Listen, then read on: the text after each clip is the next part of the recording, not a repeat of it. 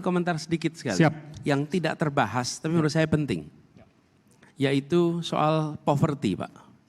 Oke, karena ini satu isu yang kami anggap mendasar, Pak. Bapak Ibu sekalian berurusan dengan poverty. Kita semua bangsa ini berurusan. Poverty ini itu bisa dipandang dua perspektif, Pak. Sebagai social issue atau sebagai economic issue.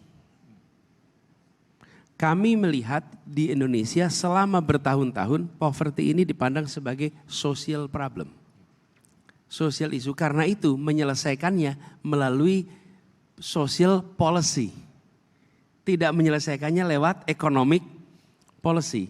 Bahkan ketika ditarik ke kementerian pun itu berada di dalam kementerian mengurusi kesra. Bukan di dalam kementerian ngurusin perekonomian. Nah, kami memandang ke depan menyelesaikan persoalan poverty ini itu justru harus menggunakan market mechanism. Bapak-bapak ibu datang ke desa, ke perdesaan, yang miskin itu bukan jobless, yang miskin itu punya job. Jobnya apa? Petani, jobnya apa? Buruh tani, itu punya job. Tapi revenue-nya nggak cukup, tata niaganya tidak sehat. Sehingga walaupun mereka itu punya pekerjaan yang definisinya lebih bagus daripada definisi yang disampaikan Pak Tigor tadi. Mereka juga bekerja bisa dibilang full time selama musim tanam, selama musim panen. Tapi tata niaganya tidak. Lalu apa yang kita kerjakan? Kita nggak fixing tata niaga, yang kita lakukan kita beri bansos. Oke? Jadi ini sederhana sekali. Pasar. Ada supply labor, ada penyedia tenaga kerja, ada masukin modal, oke, masuk dari situ di pasar. Lalu di situ terjadi distribusi, yang masukkan modal dapat return, yang masukkan tenaga kerja dapat return, oke. Kemudian disitulah terjadi distribusi, yang tidak dapat kita melakukan redistribusi dengan cara pajak di situ diberikan kepada yang nggak dapat, kan begitu. Nah tapi kita ini konsentrasinya pada redistribusinya lewat social policy. Sebenarnya yang kita perlu kerjakan membesarkan dan memperbaiki pasarnya. Supaya mereka included di dalam pasar. Kalau mereka included dalam pasar, maka kita membereskan persoalan kemiskinan, ketertinggalan bukan lewat bantuan sosial.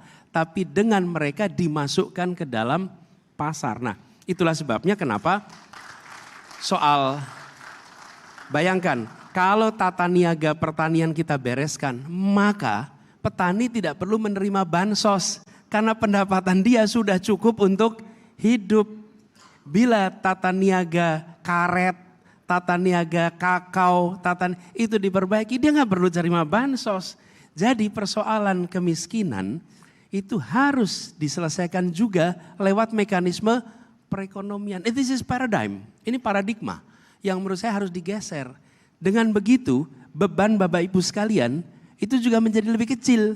Karena Bapak Ibu akan ditariknya bukan kepada peningkatan pajak untuk bansos. Tapi justru Bapak Ibu diminta menciptakan lapangan pekerjaan untuk bisa kita menyerap potensi tenaga kerja agar kesejahteraan itu meningkat. Ini poin terakhir yang saya ingin sampaikan. Kenapa?